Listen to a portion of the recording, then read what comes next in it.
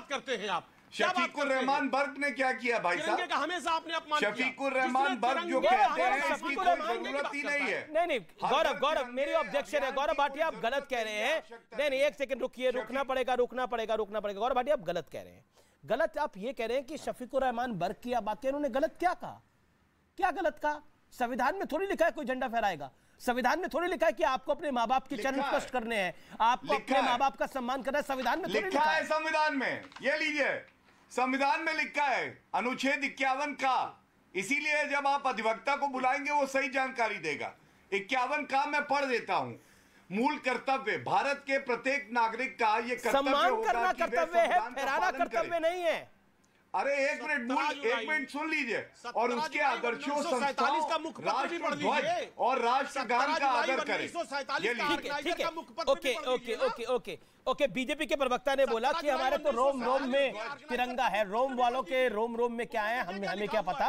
गौरव भाटिया ने बोला, राधिका खेरा आप कह रहे हैं कि बीजेपी ढोंग कर रही है तिरंगे के नाम पर, लेकिन अखिलेश जी कह रहे हैं कि दंगा यात्रा निकाल रहे हैं तिरंगा यात्रा की जगह। और जहां आपकी सरकार बनी वहां तिरंगे में भी चांद तारे दिखने लगे लोगों को। ऐसा क्यों बिहार में? जी अमीश जी, आपको मेरी आवाज मिल रही है? बिल्कुल मैडम। सबसे पहले तो भाई बहन के इस पावन पर्व रक्षाबंधन की आप सके सभी व्यूअर्स को और यहाँ पे बैठे सभी लोगों को बहुत बहुत शुभकामनाएं। अब यहाँ पे मैं सुन रही थी पिछले 14 मिनट से बहुत चर्चाएं हो रही थी। भाजपा के प्रवक्ता ने लाल चौक पे तिरंगा फहराने की बात करी। शुरुआत कश्मीर से ही करते हैं।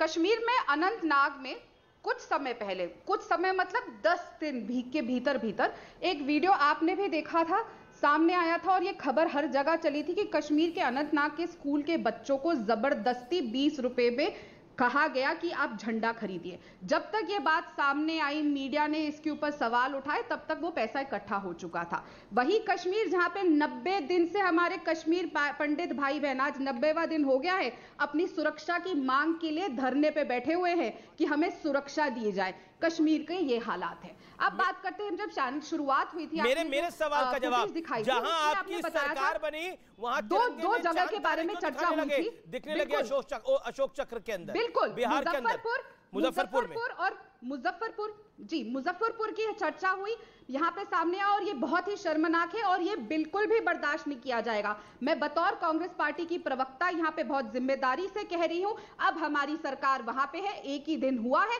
और इसके ऊपर कड़ी से कड़ी कार्रवाई करी जाएगी और हमारे राष्ट्रीय ध्वज का अपमान करने वालों को कतई नहीं बख्शा जाएगा। दूसरी घटना आपने बताई हरदोई यूपी की। उत्तर प्रदेश वही प्रदेश है जहां पे बुलडोजर बाबा का राज है।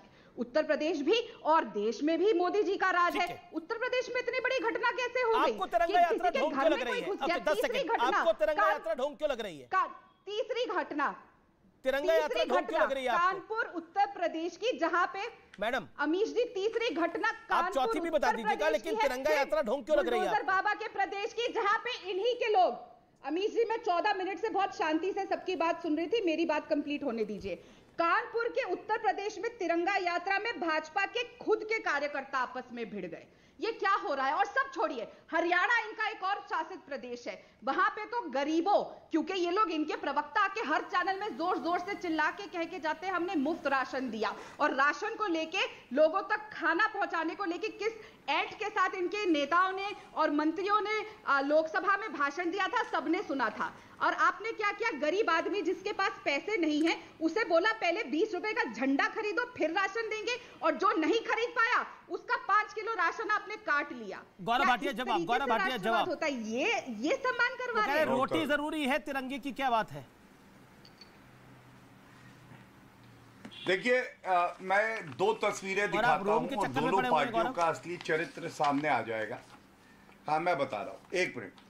देखिए, मैंने दिखाया नरेंद्र मोदी जी तिरंगे के साथ लाल चौक पे, कोई माइका लाल नहीं है जो रोक सके।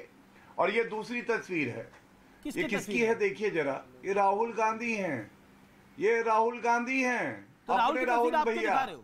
ये किसके साथ है? देखिए, ये चीन के साथ एक करार कर रहे हैं और साइन करके अभी तक ये नहीं बताया है कि ये चीन के साथ खड़े हैं कि भारत के साथ खड़े हैं। इन्होंने बात कश्मीर की करी तो कश्मीर पे ही बात कर लेते हैं। अनुच्छेद 370 तो तो टेम्पररी था, स्थायी था।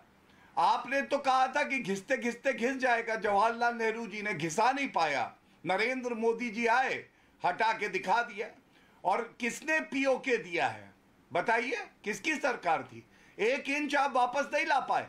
और आज हर भारतीय जानता है कि बालाकोट एयर स्ट्राइक और सर्जिकल स्ट्राइक घुस के ठोका है तो नरेंद्र मोदी जी ने।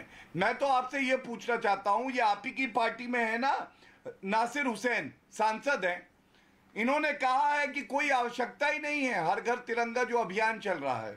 राशिद अल्वी आप ही की पार्टी में है ना मैडम, मेरी बहन है आप, आज राखी का पर्व है, आप ही की पार्टी में। इन्होंने कहा है जबरन जबरदस्ती नहीं करनी चाहिए, तिरंगा घर में लगाने के लिए किसी के साथ जबरदस्ती करने की क्या आवश्यकता? Reply to Gaurav Bhatia.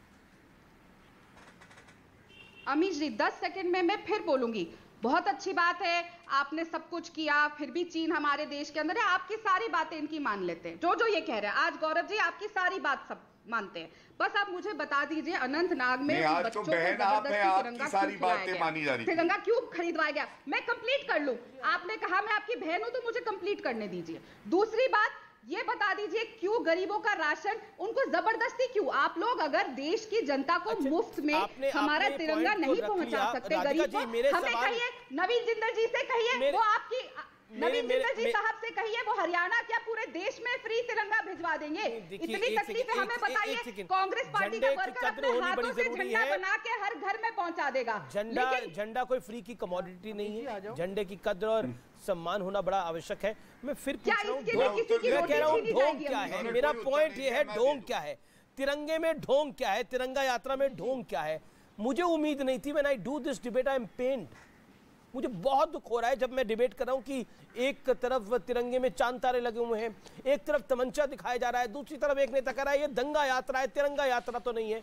अरे कोई निकाले तिरंगा यात्रा, कांग्रेस निकाले या बीजेपी निकाले या सपा निकाले या बसपा निकाले या कोई निकाले, तिरंगा यात्रा तो तिरंगा यात्रा है, वहां पे झंडा सबसे ऊपर होता है, बाकी सब पीछे होते हैं। लेकिन हम तिरंगे को लेकर भी ये बोल रहे हैं कि नहीं, तिरंगा यात्रा नहीं होनी चाहिए।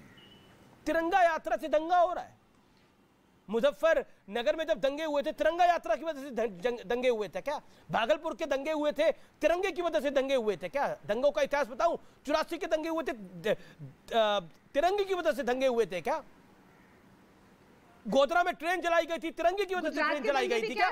पॉइंट ये नहीं है, पॉइंट ये नहीं है, पॉइंट ये है कि इस अमृत काल में कुछ सियासी लोग विष क्यों डालने की कोशिश कर रहे हैं।